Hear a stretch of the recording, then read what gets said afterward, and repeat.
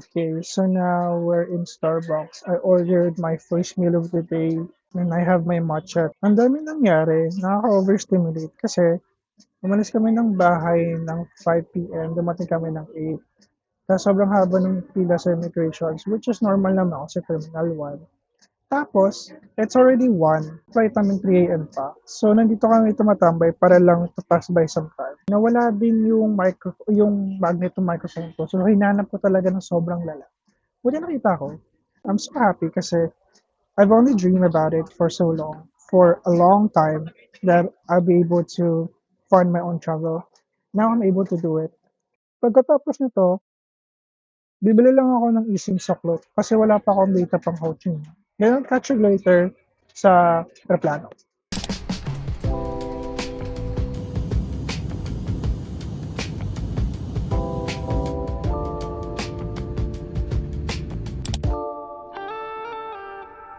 Tapos na kami mag-withdraw. Ngayon naman, pupunta na kami sa hotel.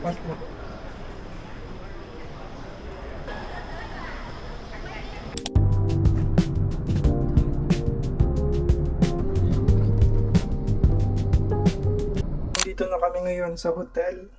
So, we're gonna do, of course, a very good hotel tour. So, ito, you got your sink here. Meron ditong blower na mukhang matagal lang hindi napapalitan. Yun na agad yung higaan. You have your table over here, then CR. Then, yun na yun. O, diba? Sabay!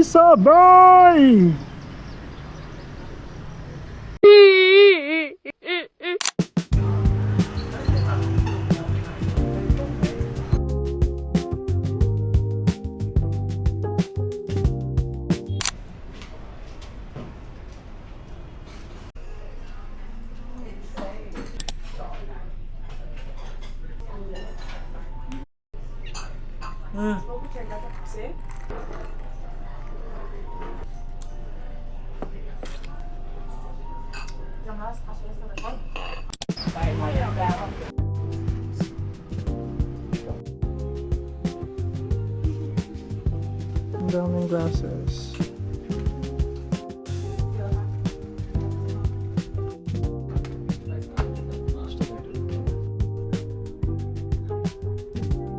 We're down to one store. Nakuha ko is this one. And Sebastian got a lot. Grabe ang init.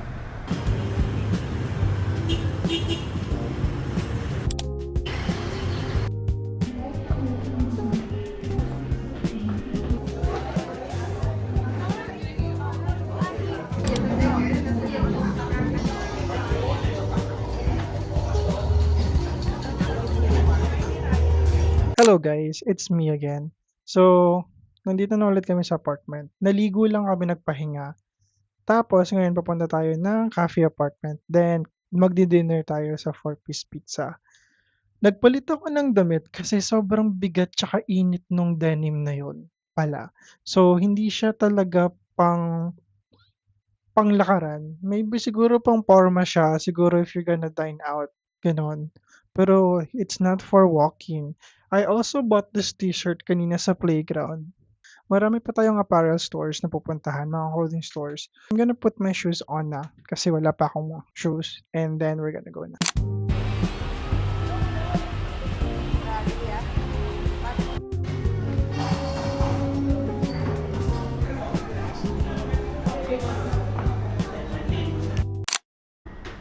Grabe ang lakaran. Kaya ba mag-buy ng elevator? Hindi ko alam, pero may bayad alam ko.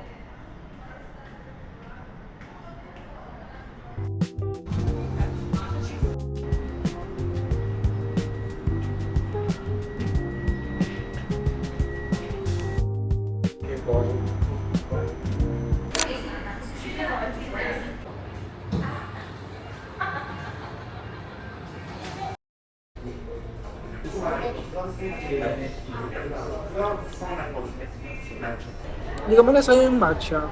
So, hindi ko din masabi na it's the best one. Though, sabi nila, this Arabica place here at the cafe apartment is one of the best place.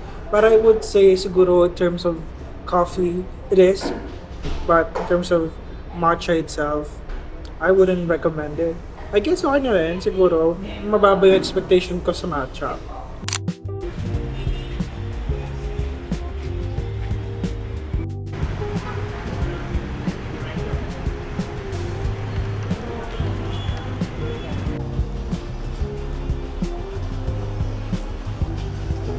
So, anong nangyari, nag-dine-in na lang kami kasi sobrang pagod na kami. Grabe yung araw na 'to, it was really good and tiring kaya hindi na kami tumuloy sa 4-piece. Tomorrow na lang. Ang dami kong na-order. Sa'kin lahat 'to. So, I have this rice, shrimp with parang siyang chow fan pero may shrimp sa gulay. Then I have this chicken, hindi ko alam kung anong tawag. Para siyang ano, para siyang may broth tapos spices.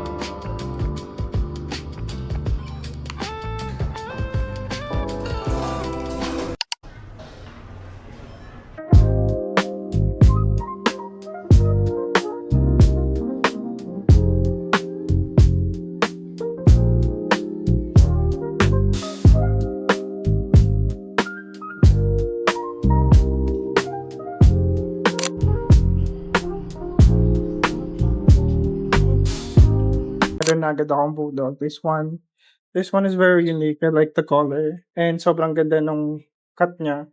And sobrang ganda nung quality. So I'll buy this.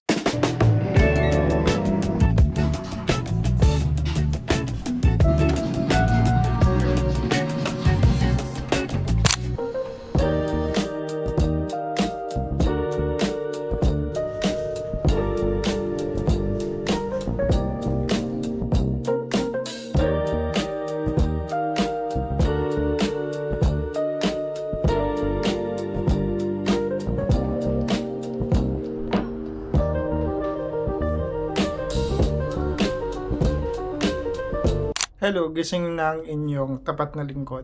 After namin kumain sa labas kanina, nag-shopping, umuwi, tapos natulog, tapos kagigising ko lang. And look what I got!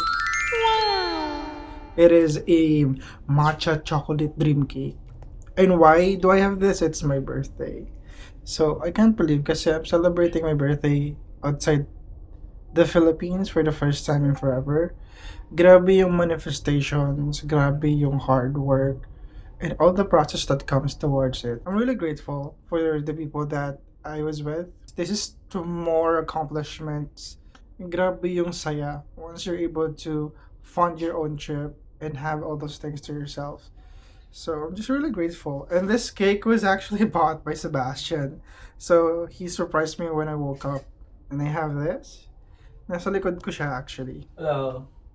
Wish ko more success towards the people that I love, more success towards me, more blessings towards my family, my friends, and to all the people that loves me, and more travel after this, and more pera. Kasi more akong pera, more hard work, more dreams to come true.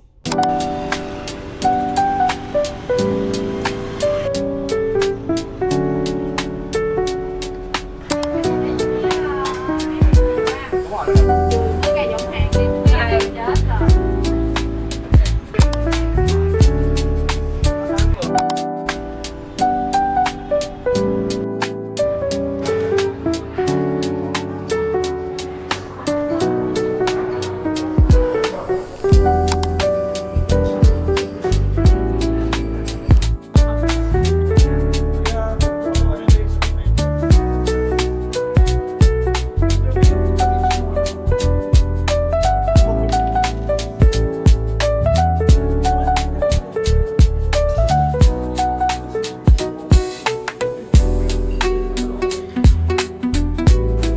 after nito, pupunta kami ng Bentan to see kung anong meron doon. Then, we're going to the Pink Church.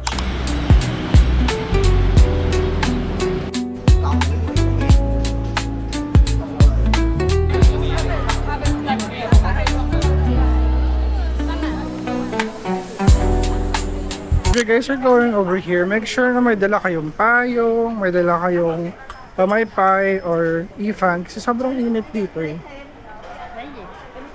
Pero ang galing kasi yung ibang mga lokal nagtatagalog dito.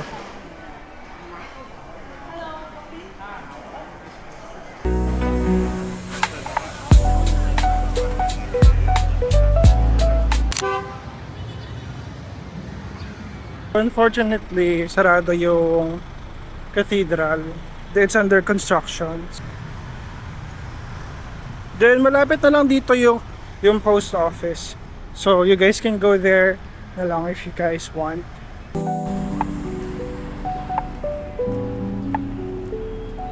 Bước vào kỳ nhất cùng Ad Creator ngày hôm nay. Xin mời tất cả các bạn.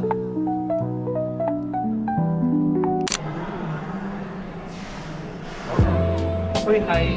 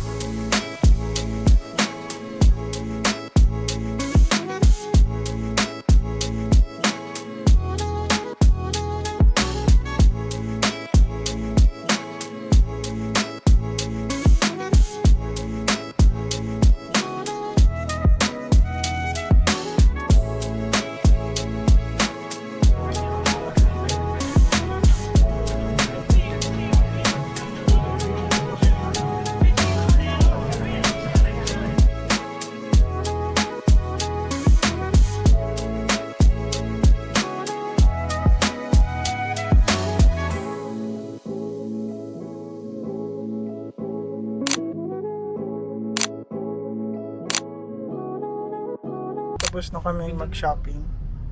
So, ang goal pala dito kapag nagpunta kayo ng Vietnam is wag nyong i-convert yung pera sa Philippine peso para hindi kayo manghinayang. I was really struggling kahapon kasi every single time na pumunta kami ng iba't ibang store, kino-convert ko yung dong sa Philippine pesos. If you guys are coming over, make sure you know kung ano yung gusto nyo puntahan. Kung ano yung mga objective nyo. Ang suggestion ko lang is huwag nyo i-convert sa Philippine peso if naka-dong na kayo dito, Vietnam dong. Para at least mas may enjoy nyo. I was able to buy a piece sa 11 Garmentery and I really enjoyed it. There was a lot of pieces na mga ganda pero the thing is masyadong mainit sa Pilipinas para suotin yung mga yon. So I choose yung pieces na alam kong masusuot ko anytime, anywhere sa Pilipinas pag uwi. So now we're on to our next stop, which is another apparel store. Mas mura siya compared dun sa kanina.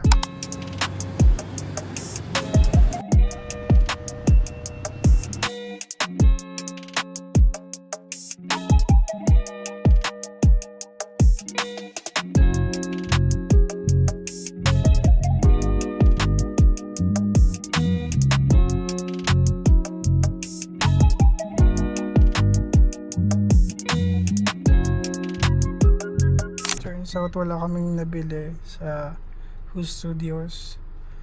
I don't know, for me medyo overhype siya ng TikTok kasi hindi maraming selections and hindi rin ganun kagaganda yung, or maybe because hindi lang talaga para sa akin yung market nila, but medyo paubos na rin kasi sobrang daming tao, but it's not for us.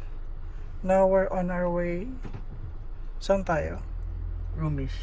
We're on our way to Rumi's, another clothing store. Then we're going to Gong Cafe. Kasi nagustuhan talaga namin yung cafe, yung coconut coffee doon. Like, so sarap. Then after that, we're just gonna go home. Then pahinga. Then later tonight, mag-4 piece.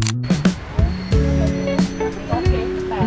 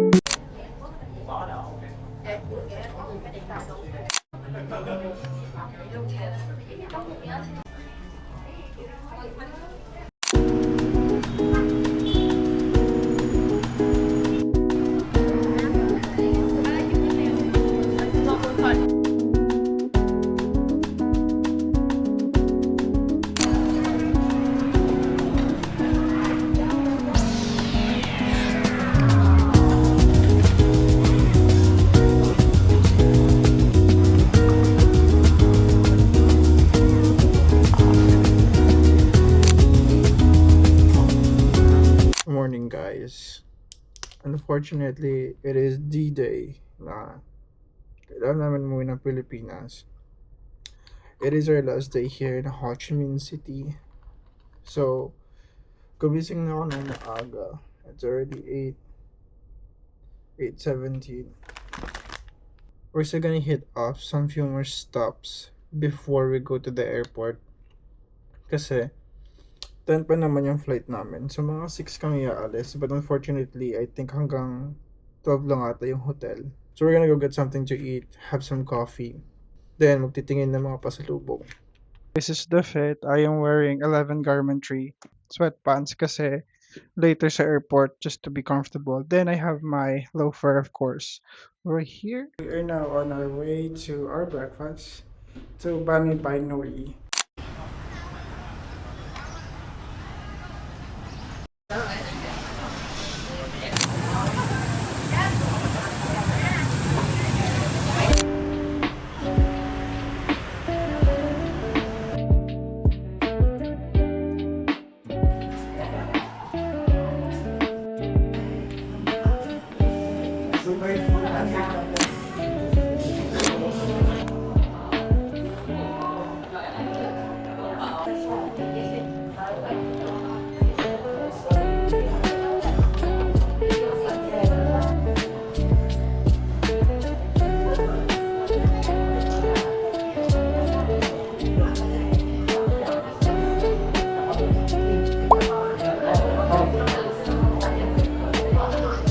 We're in a new hotel kasi check-out time na namin ng 12. And ayaw namin iwanan yung mga gamit namin sa lobby kasi 6 p.m. pa kami aalis, 10 p.m. yung flight namin. So we don't wanna risk yung pagod tsaka yung hassle and safety na rin ng mga gamit namin kasi mag-iikot pa kami to buy some souvenirs.